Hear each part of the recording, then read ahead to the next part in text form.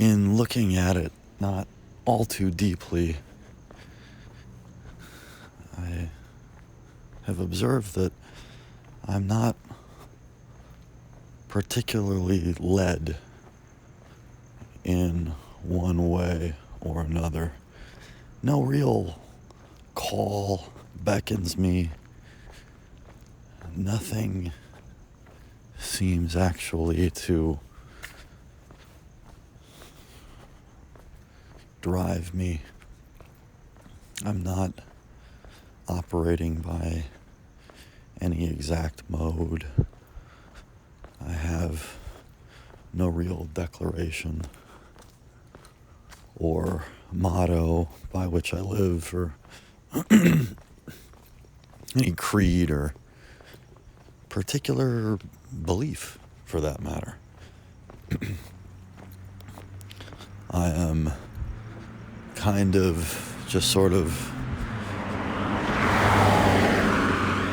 at the whim of the world in a way that I suppose I'd not really expected, and yet at the same time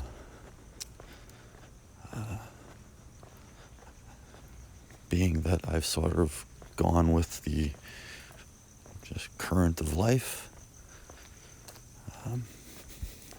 I haven't really expected anything at all.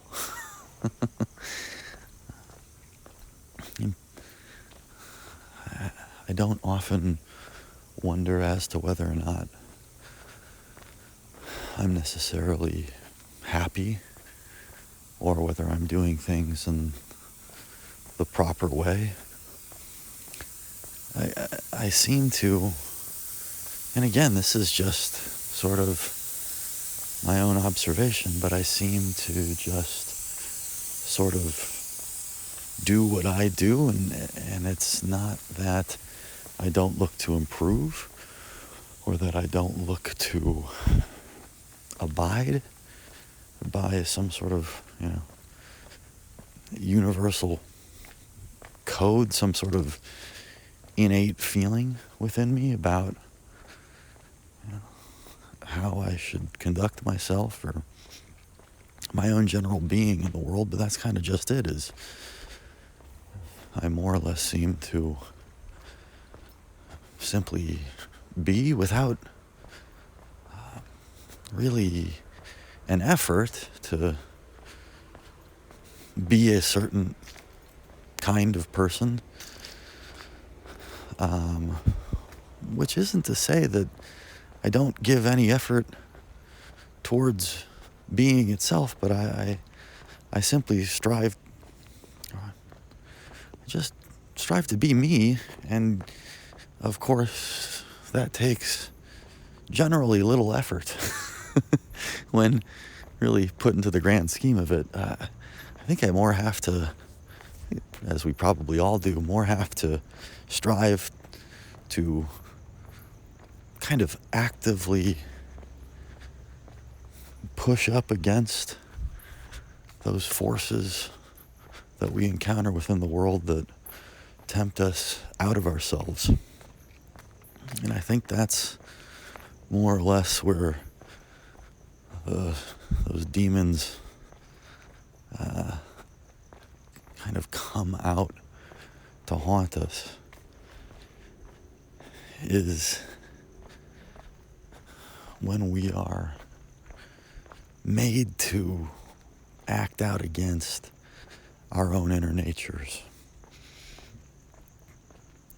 And those kinds of scabs can avail themselves in a lot of different ways.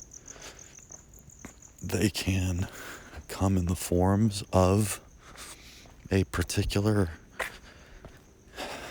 kind of action, or a baited sort of action, something that tempts us into, any kind of act or emotion. But they often do come in the forms of beliefs, of ways that we think that we should be. And And then we try and live up to those beliefs. We try and live up to those notions about, again, what should be, how we should act, where we should go, what we should do within the course of our lives. And that can take so many different forms and shapes, from small things, the small ways we encounter and encounter ourselves and others and act throughout the day. And we all do this, all of us, all the time. But it can also be much, much larger choices, like giant life choices, getting married, going to a particular school, or doing a particular job, making not those just momentary decisions, but decisions that will basically affect every single action within our lives. We have these sort of umbrella-like decisions that we make. And I'm certainly not saying that these kinds of decisions are themselves going against who we are as people, not at all. But I do feel like so often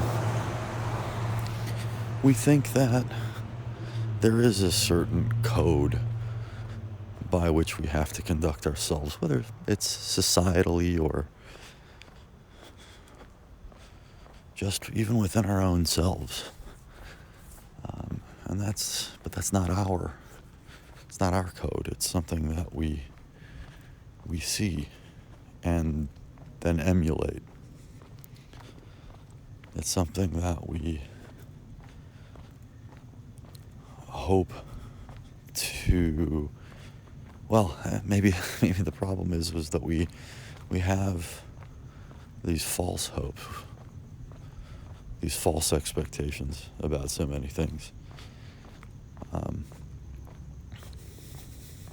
And of course we don't know what their realities are until we actually live them through.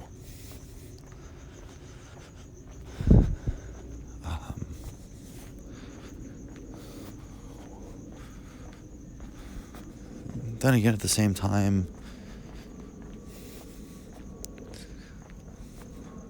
there are many decisions that we make in life that really much in the same way that I've kind of observed, at least myself acting, are not so much decisions we make, but things that we are more or less called to doing. And our calling is, so far as this is concerned, distinctive from the idea of what we should do. What we are called to do is something that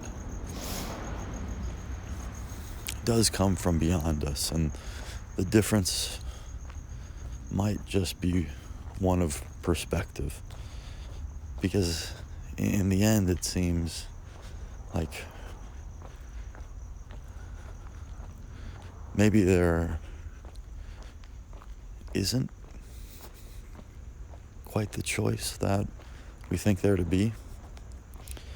We think of ourselves as so completely and totally free as these beings that are the victims of our own choices. And yet at the same time, we do kind of float about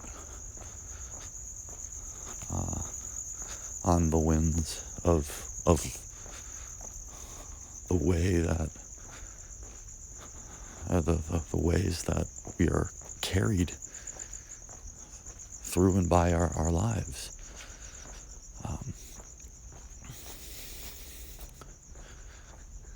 It just seems that we make some very dangerous decisions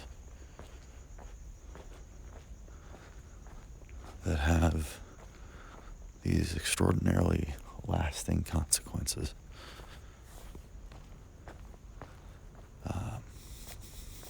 And we don't even realize how effectual they're going to be until far too much time has passed.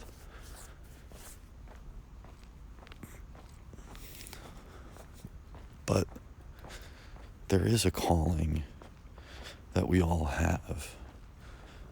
And it comes from our own selves in our own voices.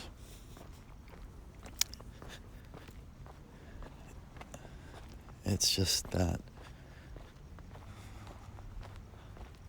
it's so infrequently listened to.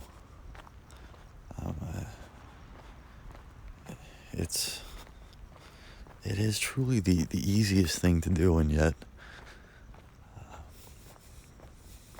we seldom are able to truly be guided by it. And what this thing is not something structured socially. It's not something that's given to us through some kind of externality. It's something that is almost more an echo than a clear and decisive voice. And yet it is leading our lives in this profound way. It's beyond description. And yet we play it out with every act.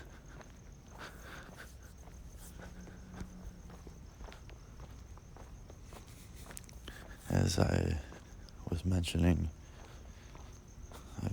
I notice within myself, every day when I start my walk, I don't have a plan. I know this very well about myself, and I've just kind of related it to what I'm thinking about here. Is every day when I start my walk, I don't really have a plan at all. I simply start walking. I mean, truly just about every day. I walk out of my house and I get to the street and I kind of say to myself, well, left or right? Sometimes, or often I just find my feet moving in a particular direction, and it might be because of the position of the moon that night, or if there is a lot of traffic on one street or another, or and sometimes I do have an idea of where I'm going to go.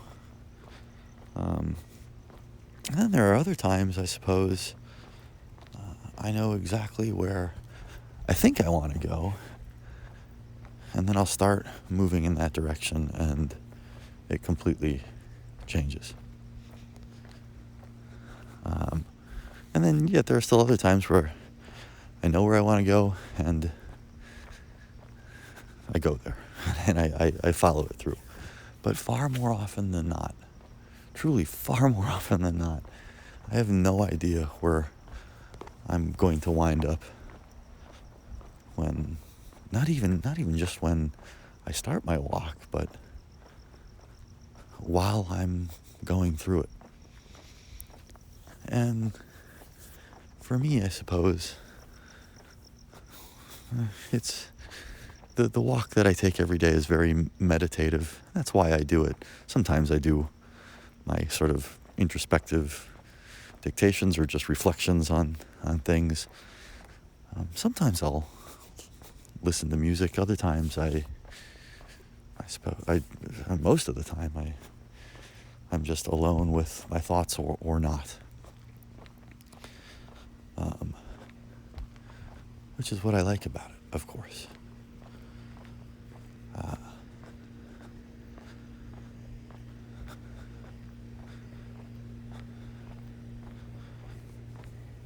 But I truly have recognized how frequently, how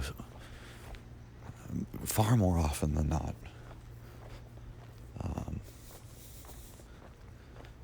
I simply start going. And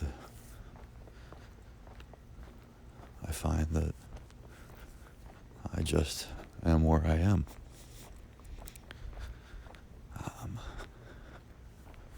And I suppose it's the same with most of us. We don't mean to get divorced. We don't mean to end up a straight C student. We don't certainly mean to get sick or be poor or any of these things that sort of seem to just kind of happen to us, and yet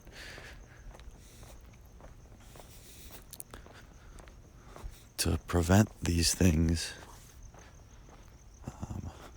can take work. And that's not to say that luck doesn't frequently play a factor. However, as the old saying goes, you sometimes have to make your own luck. And I think that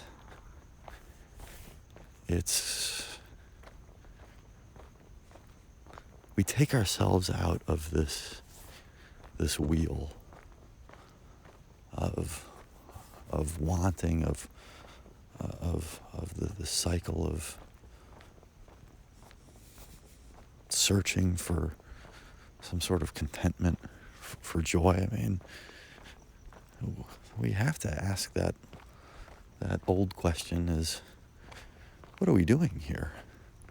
And maybe this is the exact problem, the exact heart of the issue, is we very, very infrequently ask ourselves, what are we doing? We do very much get swept up in it, and yet at the same time seem to make all of these huge choices that have such profound effects on us, and then get swept along in those currents.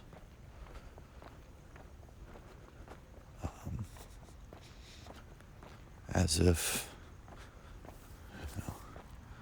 we are, as if we were powerless to prevent it, when that might be true to a certain extent. We might get swept along, and yet we've chosen to jump in the water in the first place, to continue a bad metaphor, or a hackneyed one at the very least.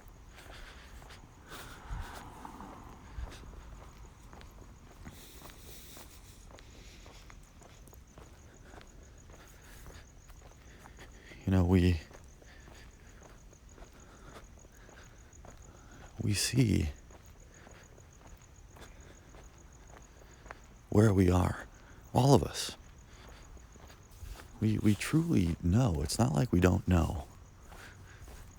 the question is are we willing to acknowledge it? So are we willing to acknowledge our position? Are we willing to take stock of where we are at in our own lives? Look at that very, very honestly, very bluntly, and say to ourselves, without judging it, without condemning it or praising it, just by looking at it, removing the emotion from it, removing what we think we know about it,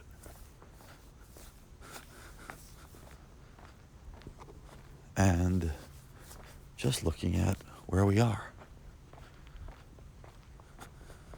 It's very difficult to do, but we all, again, are aware.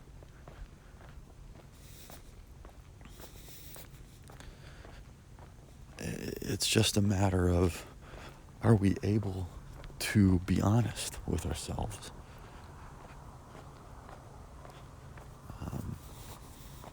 And then, if we are able to be honest with ourselves, are we then able to be honest with ourselves enough to head in a different direction if we're not happy with the way we're currently going? Because we are all victims of the world. And yet, we have the key to our own prisons. And it's just whether we choose to lock the cell or unlock it.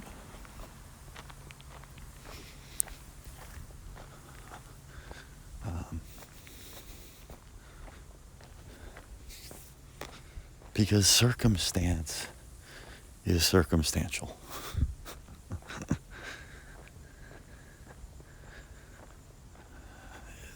Regardless of the circumstance, regardless of where we are, we can tune into that calling, that echo within us, that thing that in some awkward dance positions us.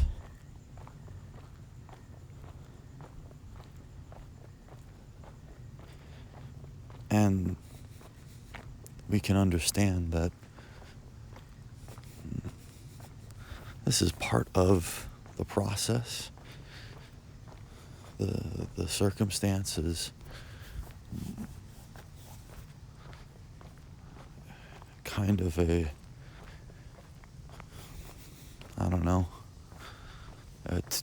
pitchfork or a tuning fork, I should say,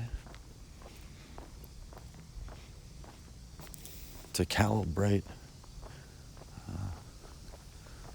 our outlooks, to, again, sort of position ourselves,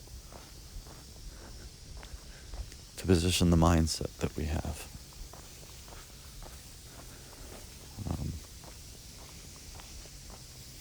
But we have to follow our own selves. We have to follow that nature of our own beings. That thing we truly are, whatever it is.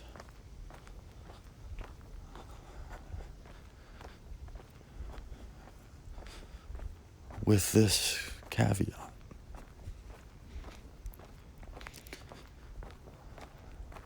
that as subjects we have to understand very well that, if we see clearly, then we will understand very well that we do not understand very well.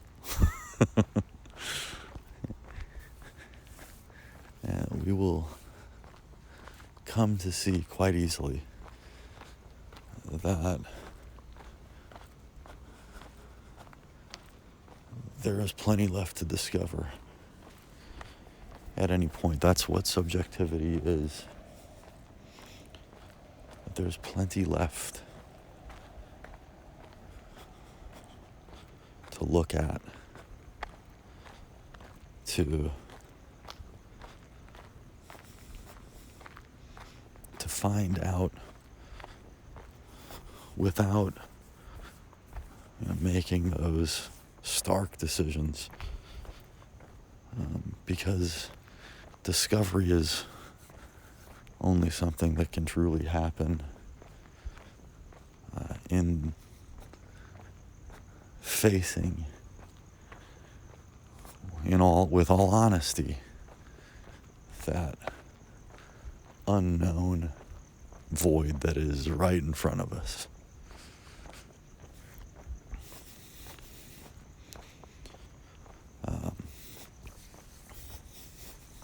And doing so with, a kind of deference and a kind of awe, and a sort of, audacity to look at it very bluntly. And again, be aware that we are on this giant kind of ride. And it's one that is really totally and completely a matter of perspective and a matter of our own understanding of ourselves and our position within the world, within that circumstance. Again, I find that I follow no real creed. I have nothing within me that says that I should behave this way or that.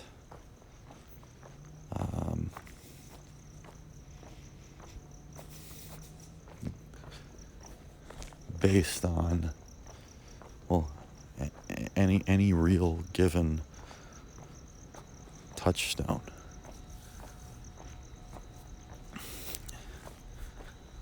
And yet, at the same time, I feel very strongly about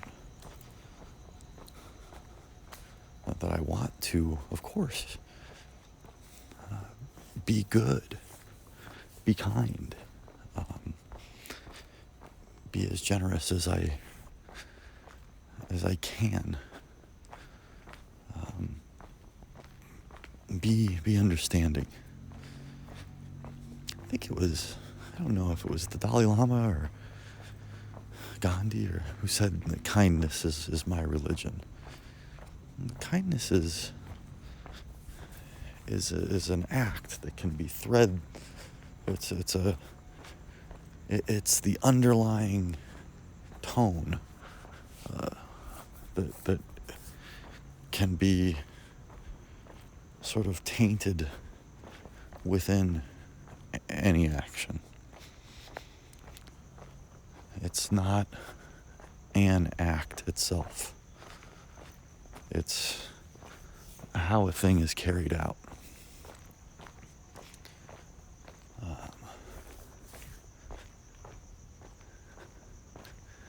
And that, to me, seems apropos.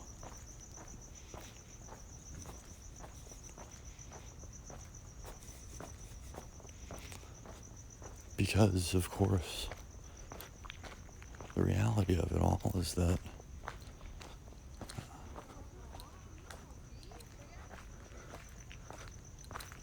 we don't really necessarily go and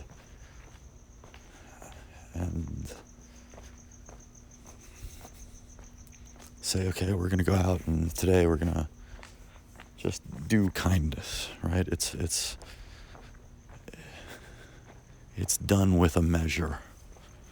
Our actions are done with that hint of kindness, or that hint of frustration, or that there's something underlying there. There's some sort of tension, good or bad. Or an ease to it, or there's some rhythm. There's an energy that underlies, that underwrites the action.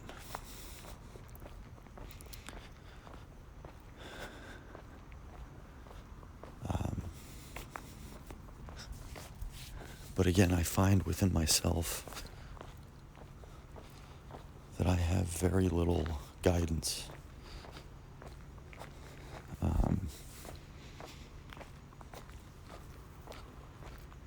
That I am, and this is not to try it. I'm certainly, absolutely not trying to brag about it in any way. I think I'm not saying it's necessarily a good thing. I think this is something that is beyond good, bad, and what is good and bad is a whole entirely separate conversation. I would argue that it is impossible that there is no good and that there is no bad. It's impossible to discern exactly what good and bad are. That there just is. That being is beyond, again, quote unquote, good and bad. Though that's a very limited perspective brought on by our subjectivity that can only be known sort of through the ultimacy of infinity and omniscience.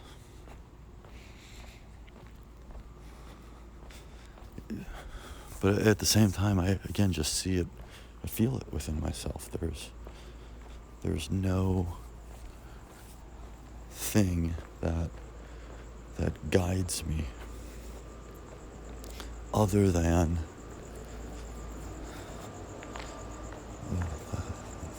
the way of things. Than how it not necessarily should be, but how again it is. And the way is, it's a term, and yet it is sort of the magic of the universe. The way is simply the way. It is what is. It's the path and the track and that guiding thing which leads us through.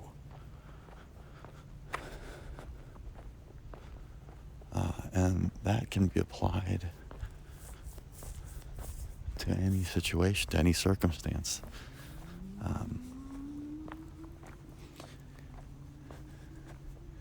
But it's something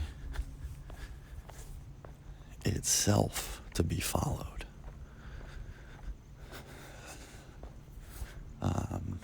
We might have heard of, the way of a certain thing. The way of being, the way of love, the way of the world, the way of an action. Much like kindness, much like violence, much like anything done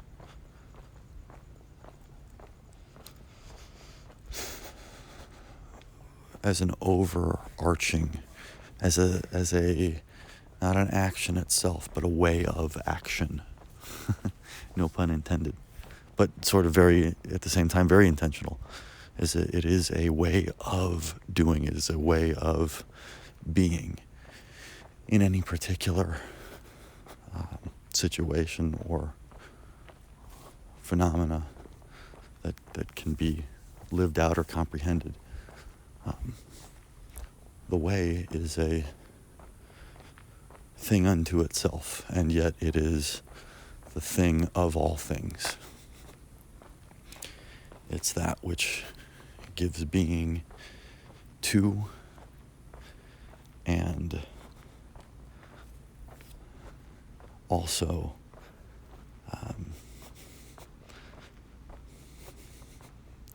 is the action of.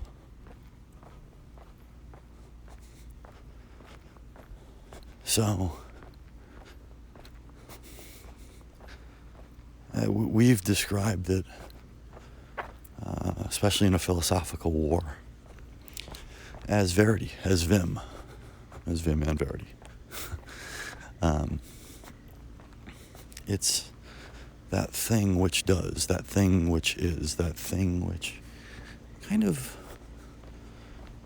again, gives tonality to an action, to a thought, to a happening of any kind. And at the same time, is that thing, whatever that thing is, except for that. And this is where it can get maybe a little confusing, but also it's the simplest things, is there is a way to go against the way, which is still the way, just not the way. This is where language fails us, because I could, as I'm walking here, just not look into traffic that you just hear go by, just start walking and get hit by a car, and well, that's a way to cross the street. It's not the way if we're trying to do it, peacefully, right? But it's people cross the street like that every day. It is a way, but is it the way? Well, you see, the way looks to harmoniously interact. It looks to act without disturbing. It looks to do. There's a principle in Taoism called Wu Wei. And Wu Wei is that which looks to do without doing. It looks to act without acting. It is the action of no action, the principle of not doing. To not force things. And yet at the same time, that doesn't necessarily mean there is no action. It's just effortless. It's seamless. And it's not brought on by the wants and the intentions of the individual per se. It's devised through the way itself. And this is sort of what I was trying to kind of explain before without defaulting to these terms, which I'm able to far more easily articulate. And yet I feel like at the same time they are conceptually less relatable, which means that I prefer them quite a bit, but sometimes more difficult, again, to relate to folks through some sort of expository exercise like this. Because there is a way to do things, but that way is the way. It's not, again, as I was mentioning before, it's not the societal pressure. It's not the idea that you have within inside yourself to go about things in a particular manner. It's just how you do what you do in any given circumstance or action. And it's unapologetic, unabashedly so. It is what it is, and it exists in this space that's beyond, again, those sort of binary concepts. It doesn't adhere to a particular code, right? There's no kind of ethic, no real morality, and yet all ethics and all moralities, by invoking the way itself, are upheld. And yet, again, not to be tedious, but it exists in a space, in a field beyond those things, because it is the action, it is the thing, it is ad nauseum the way, the how-to, the being of. And when we exist within that kind of action, we are able to act fluidly within the process of life itself, within the circumstance, as long as we adhere to. And that's not to say that there aren't going to be mistakes made. Of course we're going to make mistakes. And honestly, mistakes are a part of it. Mistakes, in the grand scheme of things, mistakes are the equivalent of good and bad. I mean, there's no real such thing as a mistake. It is part of the larger happening. How many mistakes, as we all know, how many mistakes lead to triumphs? Are triumphs even possible without mistake, without misstep? I say this frequently when talking about our mission at Middle Tree, about how when we teach students, we're so frequently teaching them to try and not fail. Yet when failure is an integral part of that process, and not just a learning of life. And yet we could get all the more deep about it and say, well, what is life but a series of conscious happenings? Another topic for sure. but at the same time, still relevant, because what the way is what the way does, and what the way does is how it is. And that action, that mode of being is so effortless if we simply let it be, right? If we simply are able to abide and adhere to it, and not to that particular code, not to that particular path, but to the path. And I know that sounds like some absurd abstraction. I mean, it is an enormous abstraction. However, it is a truth beyond truth. Once again,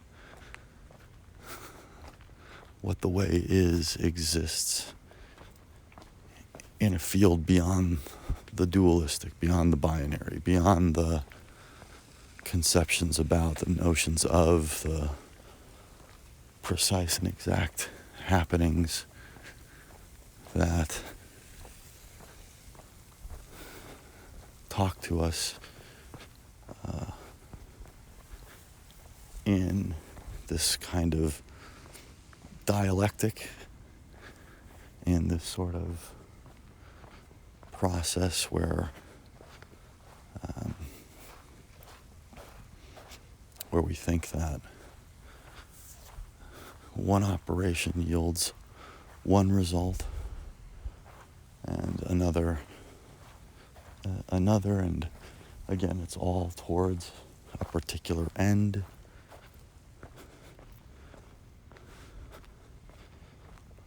Whereas that's sort of how we will often couch and comprehend, make sense of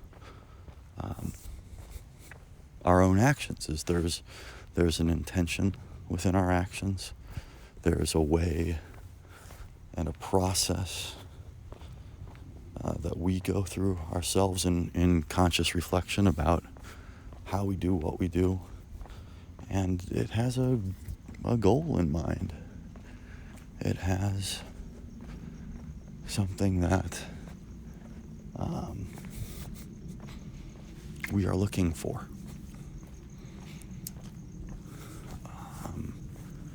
This is not necessarily the path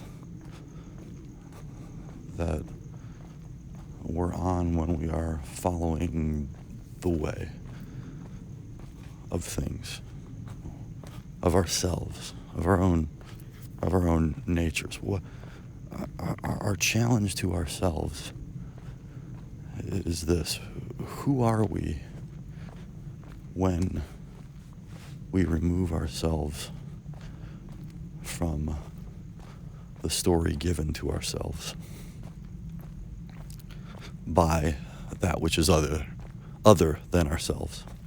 So who are we when we remove ourselves from the story of ourselves given to ourselves by others?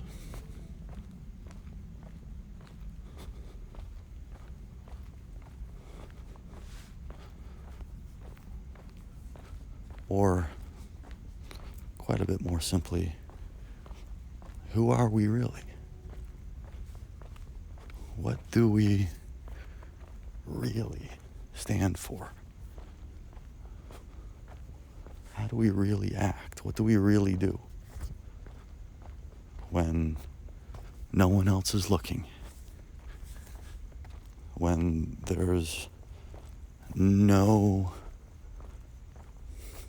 actual intention to our being, to what it is that we are at this point doing, or at whatever point doing. What do we do when there's nothing to do? Who are we then? And I would contest that if we follow that trueness of self in those circumstances, we will never take a misstep. We will never be out of line. We will never fall to the ills impressed upon us by that which is not us. When we have notions about what we should be doing, we're immediately drawn off course. When we think a thing to be certain without investigating it, of investigating it apart from the things that we think we already know, when we can look at a thing, when we can do a thing because it is right within us, because it is rightness itself, because it is correctness. Not what is correct, but correctness itself. The action that is of no action, that is not something that takes energy, but that creates it.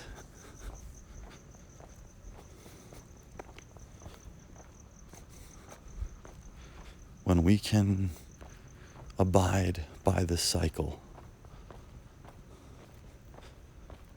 then we have reached a sort of a state of being. And I implore you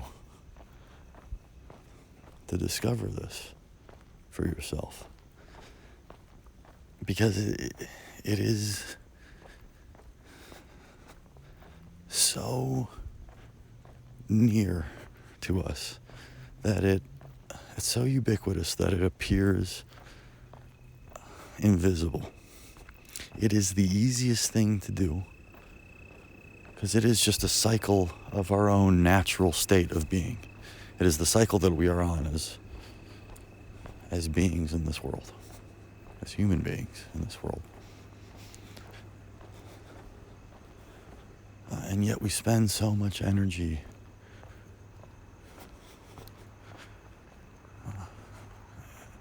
acting out of step.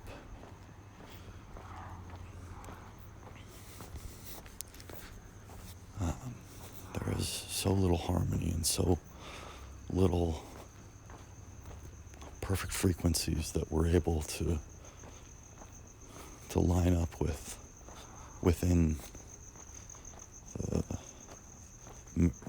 mundane or routine or novelty also of the lives that we lead, because it's a mix of all those things all the time.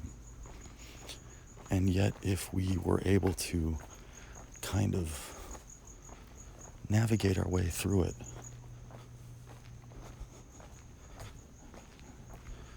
work through the obstacle course rather than abide to a singular way, a singular path, but the path.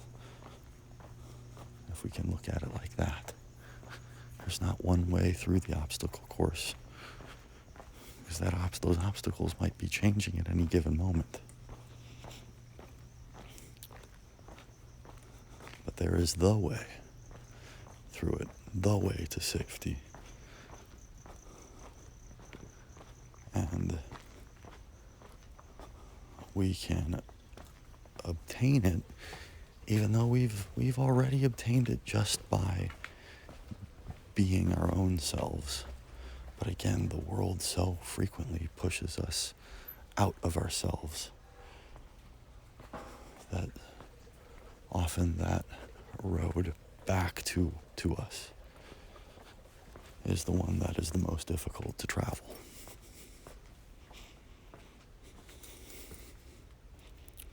So that is our contest, and that is our difficulty, and our challenge is to abide to the true thing that we are. But that can only be recognized, that can only be acknowledged, and that can only be carried out if we have a clear answer to that question of who are we when the narrative about us that we have even about ourselves goes away. Who are we when we forget who we are?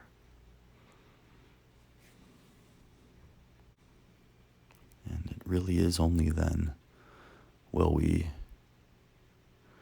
discover the precise answer to that question, but at the same time, walk in step with the way of it itself.